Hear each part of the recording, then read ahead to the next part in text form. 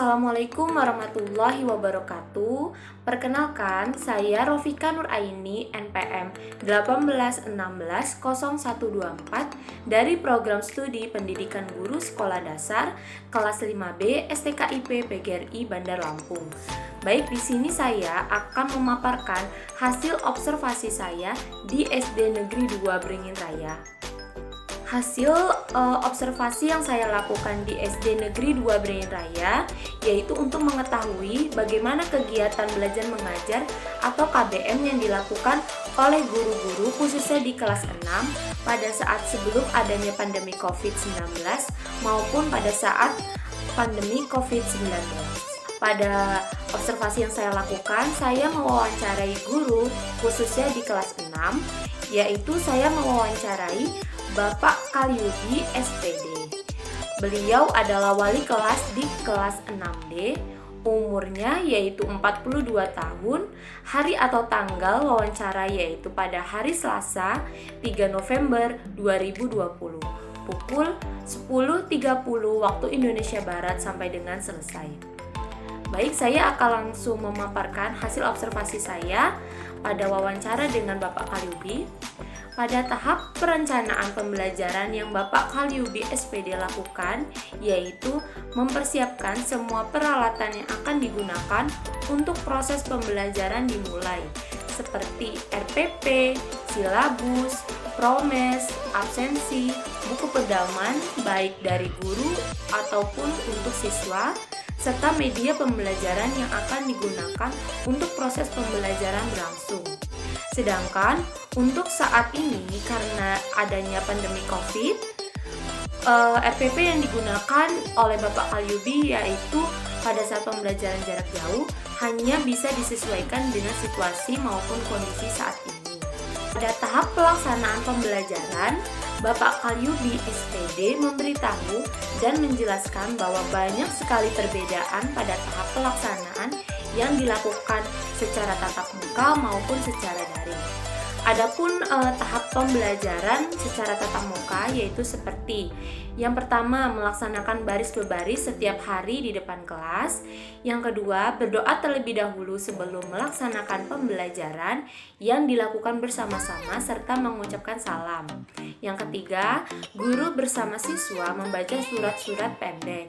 Yang keempat, menyanyikan lagu nasional bersama-sama seperti Indonesia Raya dan lain sebagainya. Kemudian yang kelima yaitu guru mengkondusifkan kelas serta melakukan absensi kehadiran para siswa. Selanjutnya yang keenam, guru melakukan penguatan atau pembahasan tentang materi sebelumnya.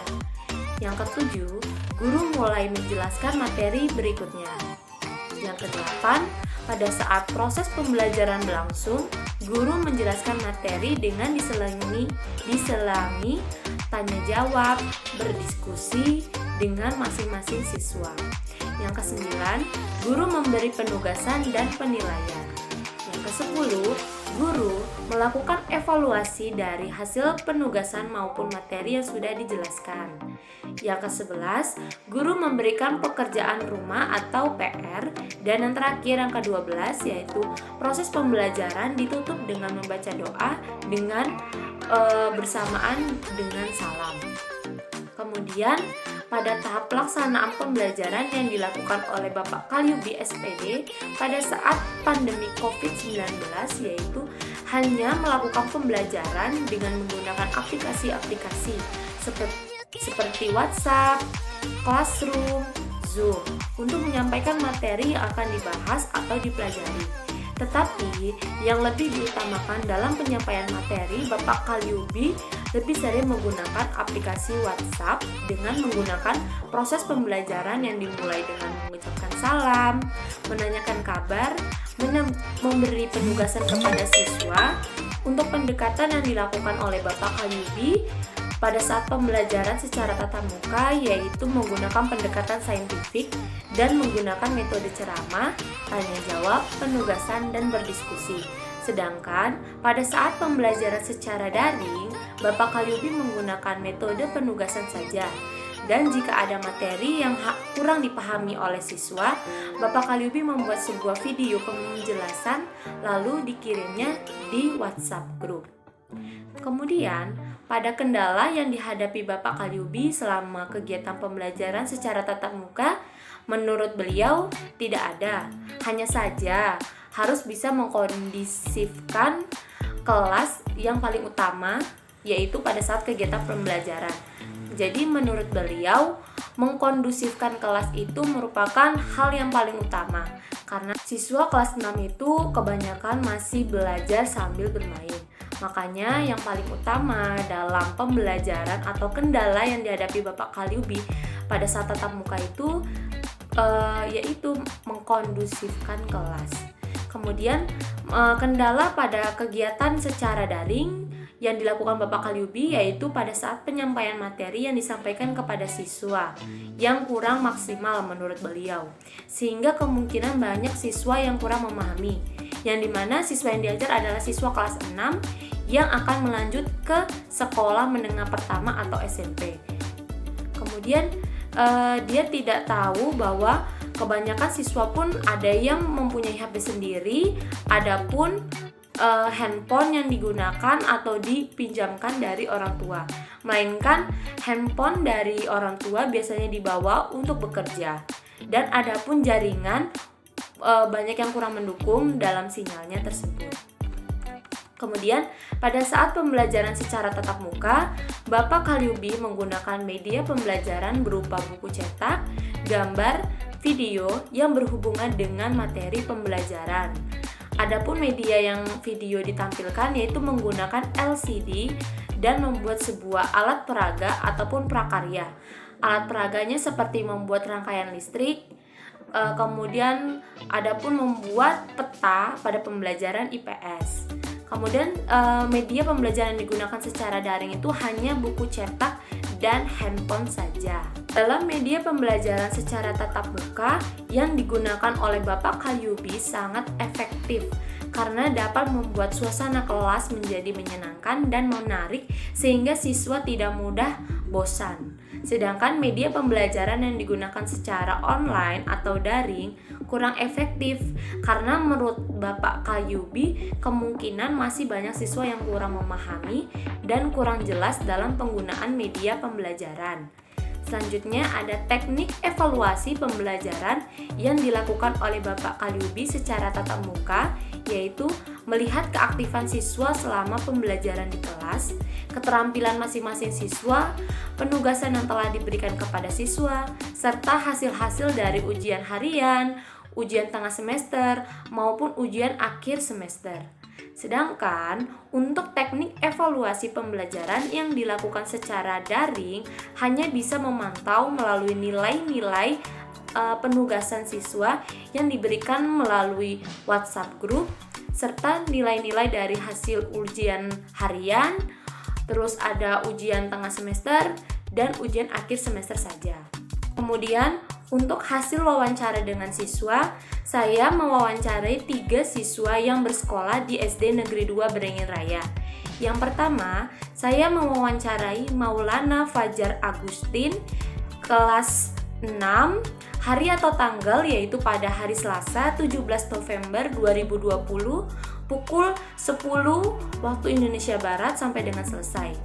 Siswa yang kedua yaitu bernama Arif Firmansyah, kelas 6, hari atau tanggal yaitu pada hari Selasa 17 November 2020 pukul 14.00 atau pukul 2 siang waktu Indonesia Barat sampai dengan selesai. Kemudian siswa yang ketiga yaitu bernama Arfan Kamal Mustafa, kelas 6, hari atau tanggal yaitu hari Selasa 17 November 2020 pukul 16 atau jam 4 sore waktu Indonesia Barat sampai dengan selesai. Pada hasil yang saya wawancarai yaitu pada kegiatan yang dilakukan siswa sebelum pembelajaran dimulai secara tatap muka, yaitu siswa melakukan piket kelas terlebih dahulu sesuai dengan jadwal yang telah ditentukan, bermain di depan kelas sebelum bel berbunyi. Lalu pada saat ketika bel sudah berbunyi, siswa bersiap-siap untuk berbaris di depan kelas, lalu bersalaman dengan guru dan masuk ke dalam kelas. Lalu siswa berdoa terlebih dahulu, barulah menyiapkan alat tulis dan buku cetak siswa. Setelah itu barulah proses pembelajaran dimulai.